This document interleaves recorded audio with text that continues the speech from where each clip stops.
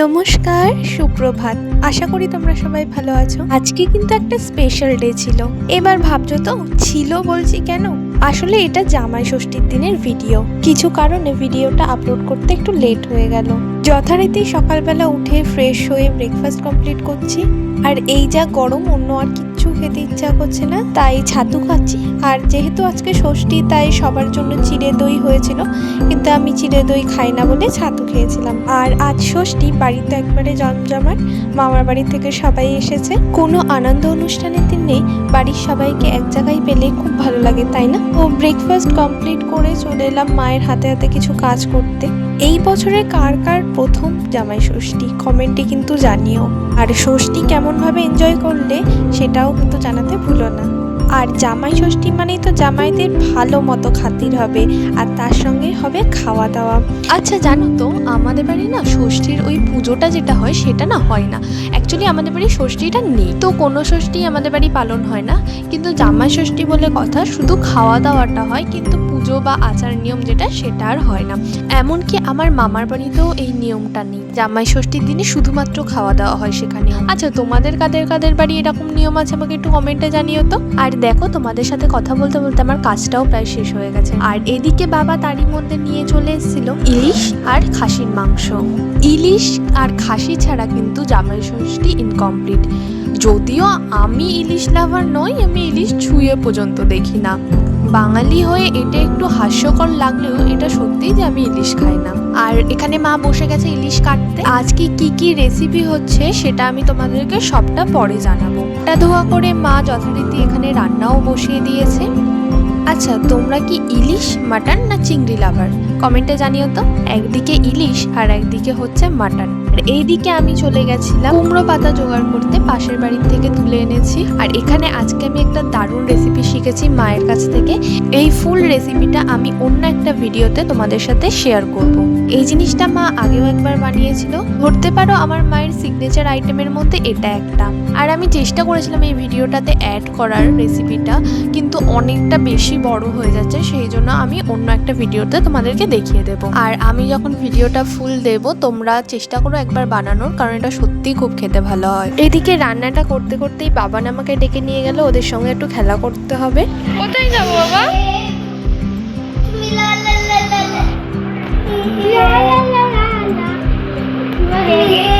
কি করছিস?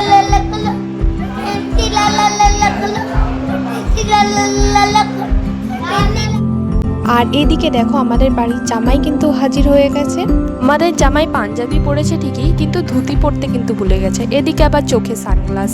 চলো, অনেক তো মজা হলো, এবার খাওয়া দাওয়ার পালা। তো আজকের মেনুতে ছিল সাদা ভাত, বেগুনি, পটল ভাজা, ভেজ ডাল, কুমড়ো পাতায় কাতলা পাতুরি, সর্ষে ইলিশ, মাটন কষা, মিষ্টি দই। মিষ্টি দই ছাড়া কিন্তু বাঙালির খাওয়া দাওয়া ইনকমপ্লিট। তার সাথে ছিল ফল, আর আম তো থাকবেই। জামাই ষষ্ঠী তো আম কাঁঠাল ছাড়া হয় না, যেহেতু আমাদের বাড়িতে কেউ কাঁঠাল খায় না, সেই জন্য শুধু আম দেওয়া হয়েছিল। লাস্ট ছিল চাটনি, পাঁপড়। আর আজকের রান্না বান্না জাস্ট অসাধারণ হয়েছিল। আর আজকের সব রান্না বান্না আমার মা নিজে হাতে রান্না করেছে।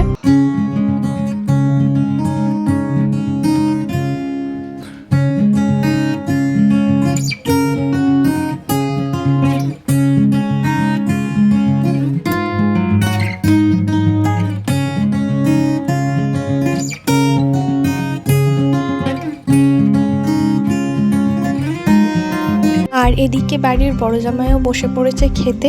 আর আরেকজনকে দেখো, আর পায়ের তলায় বসে বসে নজরদারিতে আছে, বাবাকে ঠিকঠাক খেতে দেওয়া হচ্ছে তো।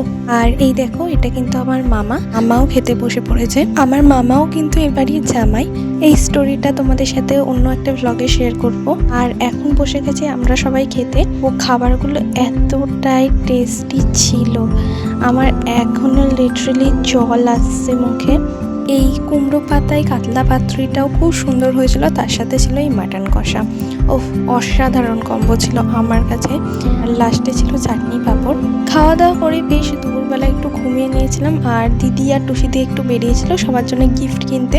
তো টুসিদি সবার জন্য গিফট কিনে এনেছে, তো সেগুলোই সবাইকে দিচ্ছিল। আর এখানে আমাদের বাবানকে দেখো, গাড়ি পেয়ে এখন তো মন একেবারে হ্যাপি হয়ে গেছে ওর। এই বিনির জন্য কি এনেছিস? ওদের বিনি দেখছে দেখ।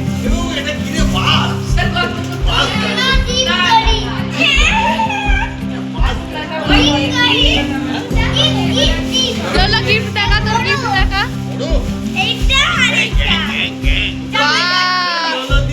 জামাই ষষ্ঠীর আর লোলো গিফট পেয়ে রিয়াকশনটা তো সেই ছিল। আর দুই ভাই বোনে গিফট পেয়ে তো এখন দুজন মিলে খেলা হচ্ছে।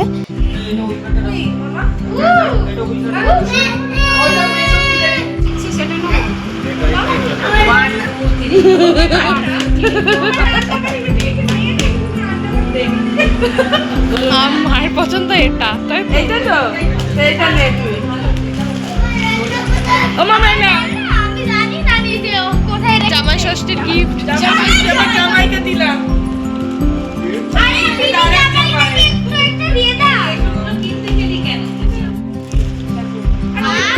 কালার ওই স্কাইটাও সুন্দর লাগছে।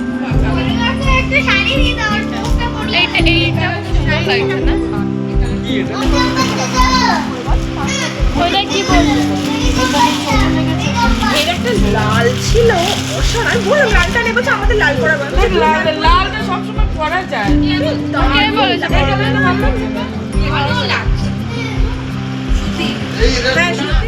গিফট দেওয়া নেওয়ার পালা শেষ করে সন্ধেবেলায় এক গ্লাস কোল্ড ড্রিঙ্কস নিয়ে সবাই মিলে বসলাম গল্পের আসরে।